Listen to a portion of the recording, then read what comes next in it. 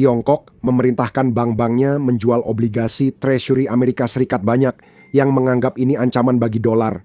Namun sebenarnya ada cerita yang lebih besar. Begini, ketergantungan Amerika pada manufaktur Tiongkok akhirnya mulai menghilang untuk pertama kalinya dalam beberapa dekade.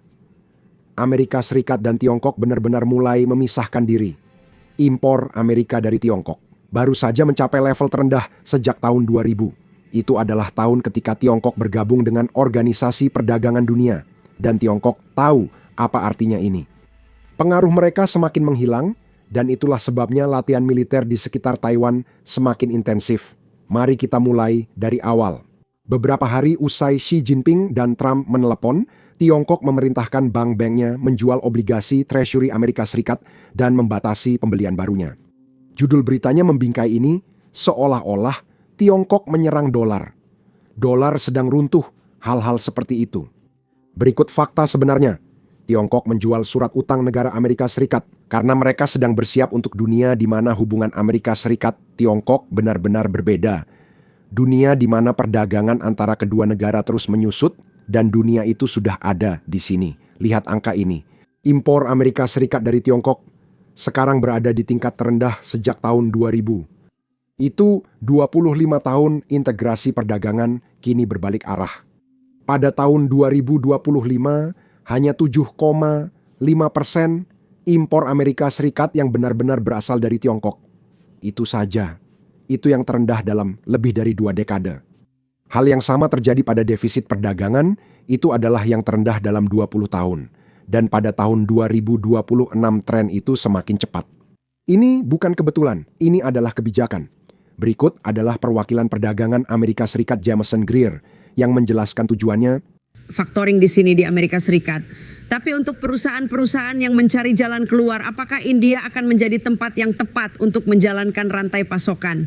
Mereka mungkin ingin memindahkan rantai pasokan dari Tiongkok. Ya, bisa saja. Kita tahu bahwa banyak perusahaan sudah menuju ke arah itu. Seperti yang Anda sebutkan, kita ingin rantai pasokan berada di Amerika Serikat dan sedekat mungkin dengan rumah. Maka kita tahu bahwa itu adalah sebuah proses ketika Anda beralih dari globalisasi dan semua tantangan yang dihadapi negara kita. Ketika Anda beralih ke ekonomi yang lebih tangguh dan aman, pada titik tertentu Anda harus mengubah rantai pasokan. India bisa menjadi tempat persinggahan untuk itu. Mereka memiliki banyak orang di sana, mereka memiliki kapasitas manufaktur. Tentu saja kita ingin memastikan bahwa manufaktur Amerika adalah yang utama, pekerja Amerika adalah yang utama. Namun tentu saja sejauh kita akan mengimpor dari negara lain, India bisa menjadi sumber yang baik selama itu seimbang dan adil. Dan apa ini? Amerika Serikat mendorong manufaktur keluar dari Tiongkok, memindahkan produksi ke dalam negeri, membangun rantai pasokan di negara sekutu, serta mengurangi ketergantungan pada Beijing. Berikut alasan pentingnya bagi Taiwan. Selama bertahun-tahun, rencana Tiongkok sederhana. Amerika bergantung pada manufaktur Tiongkok. Jika Amerika Serikat membela Taiwan, Tiongkok bisa memanfaatkan ketergantungan tersebut sebagai senjata, mengacaukan rantai pasokan, dan memutus barang penting hingga menimbulkan penderitaan ekonomi agar Amerika mundur. Itu adalah pengaruh dan itulah strategi mereka. Tapi jika Amerika Serikat tidak lagi bergantung pada Tiongkok, senjata itu tidak lagi berfungsi dan Xi Jinping tahu waktunya semakin sempit. Setiap tahun yang berlalu, Amerika semakin tidak bergantung. Setiap pabrik yang pindah ke Vietnam, Meksiko, atau India adalah pengaruh yang hilang dari Tiongkok. Itulah sebabnya agresi Tiongkok di sekitar Taiwan makin meningkat. Rudal pertama yang akan ditembakkan adalah kapal Tiongkok menembak kapal Amerika Serikat di Selat Taiwan. Itu bukan rudal pertama akan menjadi... Xi menelepon teman di Amerika Serikat dan berkata, jika pemerintah Amerika Serikat melawan, saya akan menghancurkan ekonomi kalian. Ya, saya akan melakukannya besok, saya akan mengusir kalian semua, saya akan mencabut semua pengecualian khusus kalian, kami akan mengambil alih semua pabrik kalian, kami akan menasionalisasi semua pekerja kalian, dan kemudian kami akan menjual iPhone ke seluruh dunia, dan kalian akan menjadi tidak relevan seperti itu. Itulah sebenarnya yang dia miliki sebagai senjatanya. Astaga, itu benar-benar menakutkan. Itu hal yang berat, kan? Dan bagian terburuknya adalah bukan untuk menjadi karikatur, tapi tidak ada yang membicarakan ini. Seperti, kapan terakhir kali kamu mendengar tentang ini? Dibahas terbuka, maksudku, semuanya jelas benar, ada yang menyangkal Xi bisa menghancurkan Apple. Saya rasa tak ada yang membantah itu. Adakah yang menyangkal bahwa Xi bisa menghancurkan jutaan pekerjaan di Amerika Serikat dan triliunan nilai pasar dengan satu goresan pena dalam semalam seperti... Saya tidak tahu. Saya merasa seperti orang-orang saat perang dingin, selalu di bawah tekanan. Rudal nuklir bisa diluncurkan kapan saja. Rasanya agak mirip dengan sesuatu yang lebih ringan. Strategi Tiongkok sebenarnya bukan invasi gaya D-Day, melainkan blokade, mengepung Taiwan, memutus jalur pengiriman, dan mencekik pulau itu secara ekonomi sampai siap untuk bernegosiasi soal reunifikasi. Itulah yang sedang dilatih oleh latihan militer Tiongkok. Pada bulan Desember lalu, Tiongkok melakukan latihan militer besar-besaran yang disebut Misi Keadilan. Mereka sudah berlatih untuk blokade Taiwan. Insiden yang terjadi sangat mengkhawatirkan. Dalam insiden pertama, sebuah jet tempur J-16 Tiongkok menembakkan decoy flares langsung ke arah F-16 Taiwan. Jet Taiwan segera diterbangkan karena pesawat Tiongkok berusaha melintasi garis median Selat Taiwan, batas tidak resmi kedua wilayah itu. Menembakkan flare ke pesawat militer asing bukan peringatan, melainkan provokasi. Dalam insiden kedua, sebuah J-16 Tiongkok terbang langsung di belakang F-16 Taiwan dalam posisi menembak. Jika ini adalah pertempuran, pilot Taiwan itu sudah pasti tewas.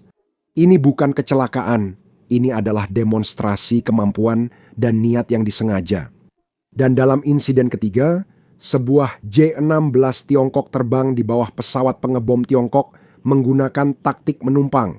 Idenya adalah menyembunyikan jet tempur dari radar Taiwan dengan menutupinya memakai pesawat lebih besar saat militer Taiwan mendeteksi pesawat itu. Bagaimanapun, pilot Tiongkok itu merespons dengan memiringkan pesawatnya ke samping dan memperlihatkan rudal di bawah sayapnya. Itu dimaksudkan sebagai sebuah pesan. Menurut Kepala Komando Indo-Pasifik Amerika Serikat, latihan militer Tiongkok bukan sekadar pelatihan, melainkan gladi resik, persiapan untuk serangan nyata ke Taiwan di masa depan. Semua yang mereka latih memiliki tujuan. Namun, rencana Tiongkok untuk Taiwan menghadapi hambatan besar lain, yaitu Jepang. Sebulan lalu, Perdana Menteri Jepang memberikan pernyataan yang belum pernah terjadi sebelumnya. Jepang akan membela Taiwan jika Tiongkok menyerang. Hal itu memicu badai diplomatik. Tiongkok sangat marah dan terjadi saling tuduh selama berminggu-minggu. Nah, tebak apa yang terjadi? Beberapa hari yang lalu, Jepang mengadakan pemilihan umum mendadak dan partai Perdana Menterinya memenangkan mayoritas super. Sekarang dia memiliki lebih dari cukup kursi di parlemen untuk mengubah konstitusi Jepang jika dia mau. Ini belum pernah terjadi sebelumnya dalam sejarah Jepang. Konstitusi Jepang saat ini membatasi aksi militer. Namun dengan mayoritas super di parlemen, batasan-batasan tersebut bisa dihapus atau setidaknya diubah. Jepang bisa kembali menjadi kekuatan militer penuh, khususnya untuk menghadapi Tiongkok. Dan Beijing tidak senang dengan hal ini. Dunia memperhatikan hal ini. Saya pikir semua orang cukup terkejut dengan kemenangan telak ini. Bagaimana reaksi internasional? Ya, reaksi internasional. Donald Trump, presiden di Amerika Serikat, jelas sangat senang dengan hal ini katanya. Mereka punya hubungan yang baik katanya. Kemenangan telak dan huruf kapital di Truth Social, jadi dia sangat senang. Korea, karena hubungan Korea-Jepang sangat penting di Asia. Korea tampaknya cukup senang dengan hal ini, dan Tiongkok seperti yang kita lihat dalam laporan sangat tidak senang dengan hal ini. Dia tak mencabut komentarnya soal Taiwan. Yang menarik adalah bahwa Tiongkok memperkenalkan larangan terhadap teknologi penggunaan ganda. Untuk mencoba menghukum Jepang atas hal ini, mereka memberlakukan pembatasan perjalanan ke Jepang yang menyebabkan jumlah pengunjung turun setengah pada bulan Desember. Dan ini tampaknya tidak hanya memperkuat opini publik di Jepang. Tiongkok berusaha menggambarkan Jepang terlalu agresif terhadap Taiwan, ingin dunia melihat Jepang sebagai penyerang. Namun, hal ini sering dilupakan Tiongkok. Partai Komunis Tiongkok memiliki ambisi yang jauh melampaui Taiwan.